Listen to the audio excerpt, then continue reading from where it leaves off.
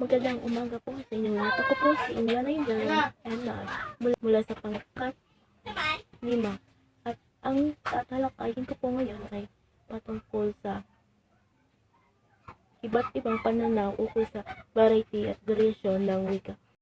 Sa mga nakaraang talakayan ng mga iba't ibang grupo, ang pinagmula ng wika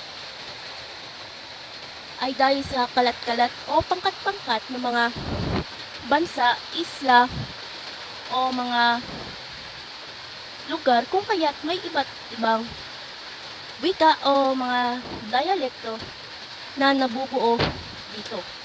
Kung kaya ngayon ay aking namang pag-uusapan ang ilang pananaw ukol sa variety at variasyon ng wika na kung saan may mga teorya ang wika.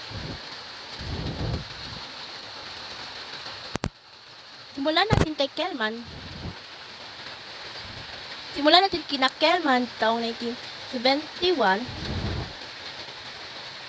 at Fishman Closo taong 1968.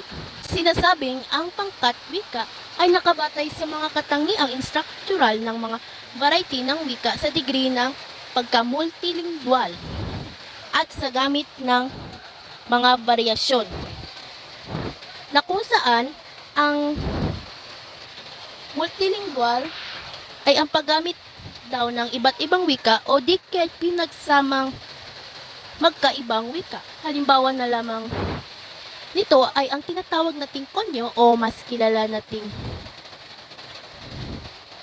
Tagalog at English na pinagsama o ito ay Taglish.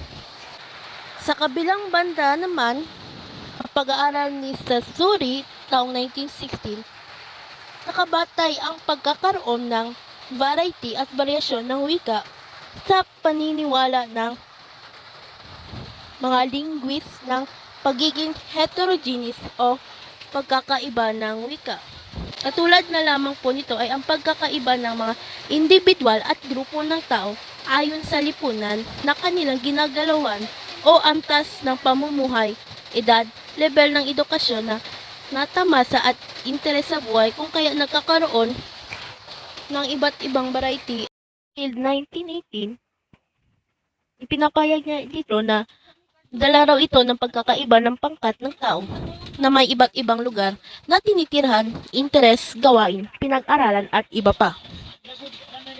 Habang kay Rosie naman noong taong 1953, na sa pagdaan ng panahon, nagiging espesyalisado ang mga gawain at tungkulin ng tao.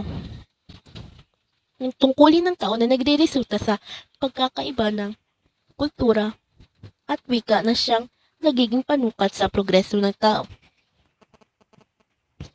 Na sinasawalat ramang ni Rosie ng kanyang ideya na sa pagdaan ng maraming taon, nagiging mas espesyalisado ang tao na sa kanyang mga gawain at tungkulin. Kung kaya ito raw ay nagre-resulta sa pagkakaiba ng wika na sinasabi na ang wika rin daw ay nagiging batayan sa pag-angat ng isang tao.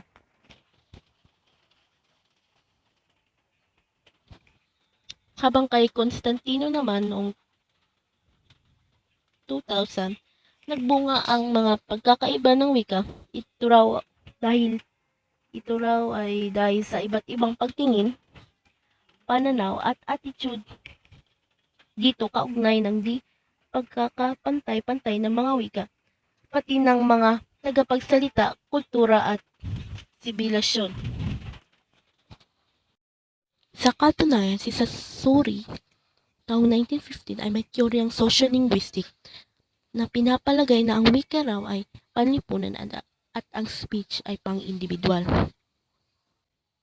Na kung kaya sinabi wika ay panlipunan dahil ito ang ginagamit ng mga tao upang makipag-usap sa kanilang kapwa. Habang ang sinasabing individual na ang speech ay pang-individual dahil isang tao lamang ang nagsasalita at ang magagawa na lang ng ibang tao ay kundi makinig dito. At ang isinasaad nito ay gusto niyang sabihin sa lipunan. Bernstein, 1972 naman siya ay may teoryang deficit hypothesis na sa katunayan po ay ito ang report ng aking kagrupo. Ito ay kanyang himay-himayin ang mga impormasyon patungkol dito na teorya.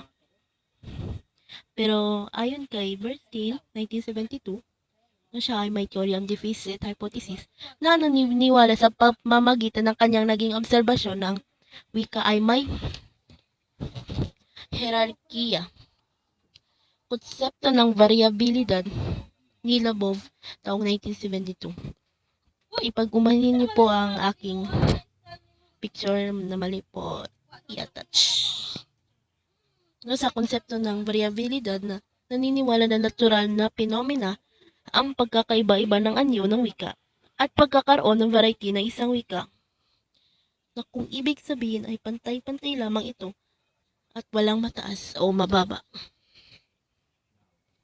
Teoryang akomodasyon ni Giles taong 1982 na nakapokus ang teoryang ito sa taong kasangkot sa sitwasyong pangwika sa proseso ng pag-aaral at pagkatuto ng pangalawang wika. At na kung saan mayroon siyang dalawang linguistic. Ito ang linguistic convergence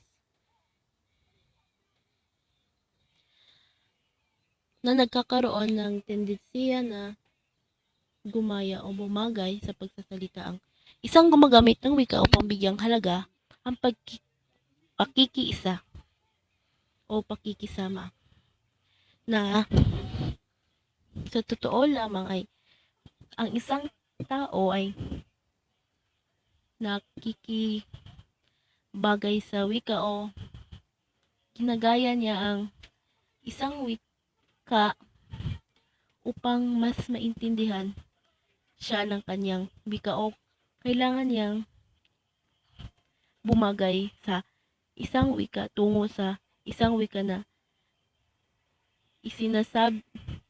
sinasabi rin ng isang tao upang sila ay magkakaintindihan. At yung makibahagi sa isang pangkat ng conversation o pakikipag-usap sa isa't isa.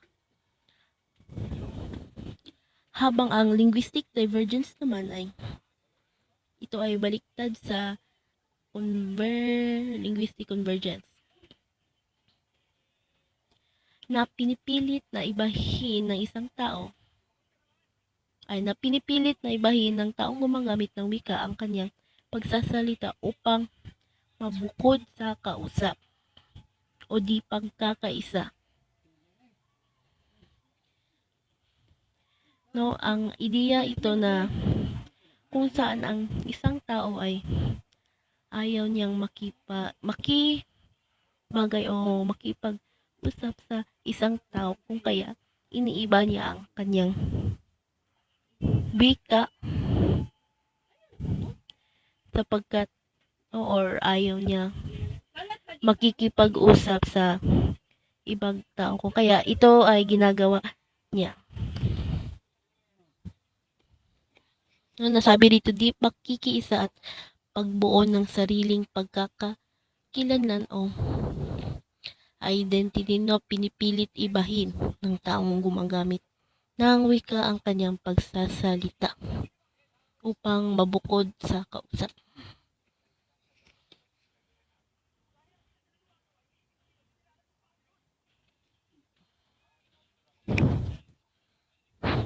Ayon din dito sa pag-aaral ni Cafford 1965 na may dalawang uri raw ng variety ng wika. Ito raw ay ang permanence. Ito ay para sa mga nagsasalita at nagbabasa or tagapagsalita at tagabasa. At kabilang sa permanence ay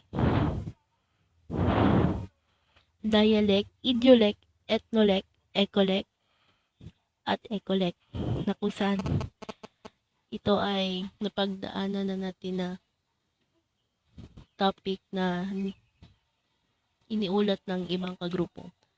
Habang sa ikalawa naman na tinatawag na pansamantala ay nabibilang rito ang sociolect, register, pidgin, at creole. No na sinasabi rito ay ito raw ay dahil nagbabago kung may pagbabago din no, sa pag-aaral ni Cafford taong 1965 na ang wika daw ay may dalawang uri ng variety. Ito ang una ay permanence. No, ito po ay para daw sa tagapagsalita at tagabasa na kung saan ito ay likas na gamit at linang sa sinuman sa kanila. No, nagbibilang rito ang dialect, idiolect, ethnolect, ecolect, at ecolect. Habang ang ikalawa naman ay pansamantala, ito raw ay nababagay batay sa pagbabago ng sitwasyon ng pahayag. Kabilang sa mga writing permanent ay dialecto at idiolect. No, sa kabilang banda, nabibilang rin dito ang sociolect, register, pidgin at creole. Yun lang po at maraming salamat.